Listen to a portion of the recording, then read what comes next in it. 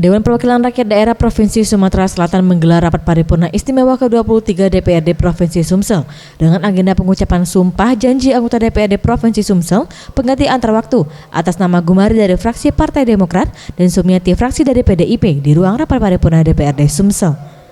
Dalam rapat paripurna istimewa yang dipimpin oleh Muhammad Yansuri, Wakil Ketua DPRD Sumsel, juga turut dihadiri oleh Gubernur Sumsel Alex Nurdin.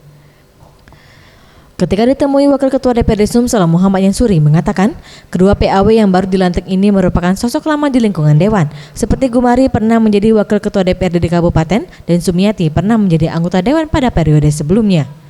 Oleh sebab itu, kedua PAW ini akan cepat beradaptasi dan tidak canggung dalam menjalankan tugasnya sebagai anggota Dewan. Biasa bahkan orang-orang ini yang di penggantian terwaktu ini kan sudah pernah di DPR, bahkan yang Gumari itu pernah Wakil Ketua di OKU semua. Kalau Ibu Sumiati kan dulu periode yang lalu dia memang anggota Dewan. Tidak masalah, ada canggung lagi kan itu.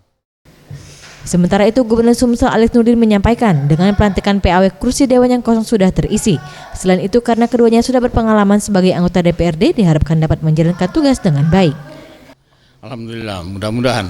Tapi kalau seperti Ibu Sumiati itu dulu sudah pernah jadi anggota DPRD periode yang lalu ya. Iya.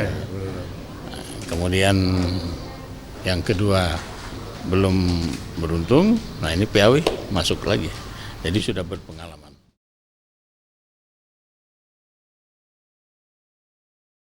Tim Liputan Sriwijaya TV.